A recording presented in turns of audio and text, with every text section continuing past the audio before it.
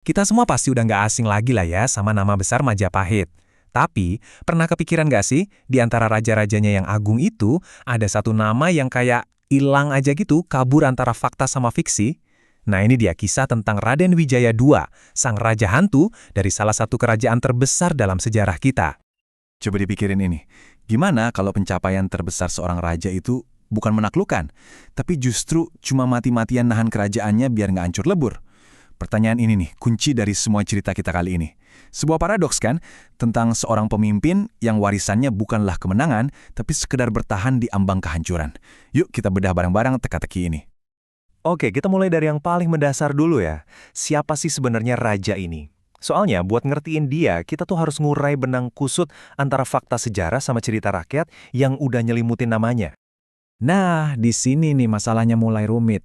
Di satu sisi, legenda bilang dia itu penerus bayangan, seolah-olah duplikat dari sang pendiri yang agung. Tapi, di sisi lain, catatan sejarah nunjuk ke orang yang beda, seorang raja muda bernama Jayanagara. Dua nama, satu tahta. Ini dia teka-teki utamanya. Jadi, mau kita sebut dia Raden Wijaya II atau Jayanagara, intinya sama aja.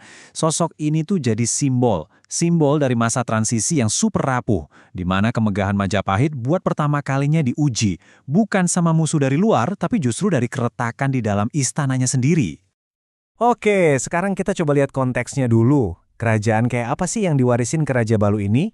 Apakah ini kerajaan yang solid, kuat, atau jangan-jangan ini cuma bangunan mega yang pondasinya udah rapuh? Kita perlu ingat, Majapahit itu kan lahir dari kejeniusan dan keberanian luar biasa pendirinya, Raden Wijaya, yang gelarnya Kertarajasa Jayawardana. Dia itu benar-benar membangun sebuah imperium dari puing-puing kehancuran Singasari.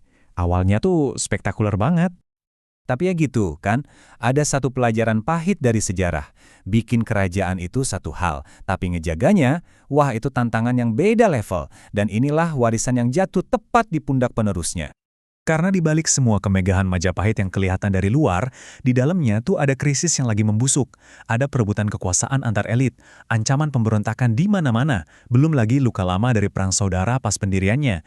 Istana itu isinya intrik semua, warisan yang benar-benar berat. Oke, sekarang ayo kita coba pecahin misteri utamanya. Siapa sih sebenarnya raja yang harus berkuasa di tengah semua kekacauan ini? Kita coba pisahin ya antara namanya dan sosok aslinya. Jawabannya secara resmi nih ada di catatan sejarah. Penerus Raden Wijaya itu ya putranya sendiri, Sri Jayanagara. Ini nama yang tertulis di prasasti dan naskah-naskah kuno. Nama yang diakui sama para sejarawan. Jadi, coba bayanginnya gini deh. Raden Wijaya II itu kayak sebuah harapan, ya kan? Gelar nggak resmi dari rakyat yang kangen sama semangat pendirinya. Nah, sementara Jayanagara itu kenyataannya. Raja yang asli yang harus nanggung beban tahta dan semua masalah yang nempel di situ. Dan mungkin ini dia alasannya. Legenda itu kan seringnya lahir pas kenyataannya terlalu pahit buat diterima. Fakta soal raja muda yang berjuang sendirian di tengah pengkhianatan itu kan pahit banget. Jauh lebih gampang kan ngebayangin Raden Wijaya II yang gagah perkasa daripada nerima kenyataan suram dari pemerintahan Jayanagara. Oke, sekarang kita udah tahu siapa orangnya. Yuk, kita lihat pemerintahannya kayak gimana. Tapi ini bukan cerita soal penaklukan dan kemegahan ya. Ini tuh lebih ke cerita soal bertahan hidup di dalam istana yang pelan-pelan mulai runtuh dari dalam. Dan ini yang penting banget buat kita pahami. Musuh terbesar Jayanagara itu bukan tentara dari kerajaan lain. Musuhnya itu ada di sekeliling dia. Para bangsawan, para pejabat, bahkan mungkin keluarganya sendiri. Orang-orang yang harusnya jadi pendukung paling setia dia. Nah, di lingkungan yang beracun kayak gitu, strateginya jelas bukan buat ekspansi. Strateginya adalah buat bertahan hidup.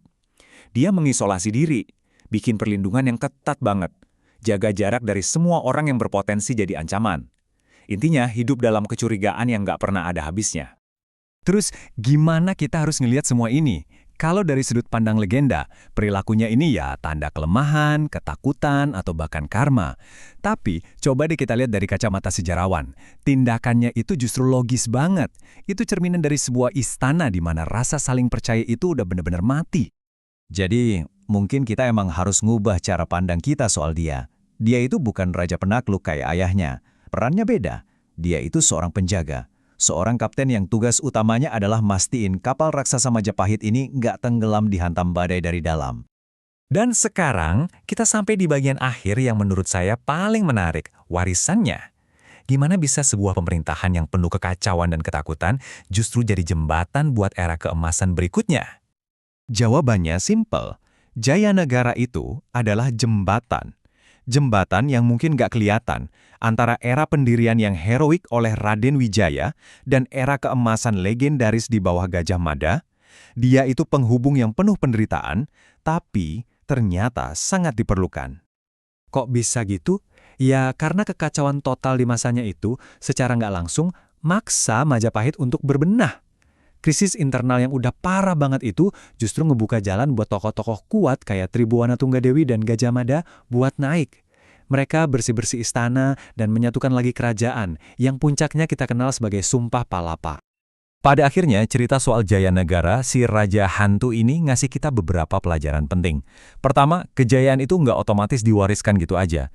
Kedua, tahta yang besar itu bebannya juga besar banget. Dan mungkin yang paling penting, keruntuhan sebuah kerajaan itu nggak selalu dimulai dari perang besar, tapi seringnya dari bisik-bisik pengkhianatan di dalam istana yang sunyi.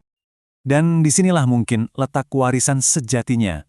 Mungkin jadi pahlawan itu nggak selamanya soal menaklukkan wilayah baru. Kadang-kadang jadi pahlawan itu artinya cuma bertahan di tengah hancurnya kepercayaan, menanggung beban yang luar biasa berat, supaya masa depan itu masih punya kesempatan buat bangkit lagi.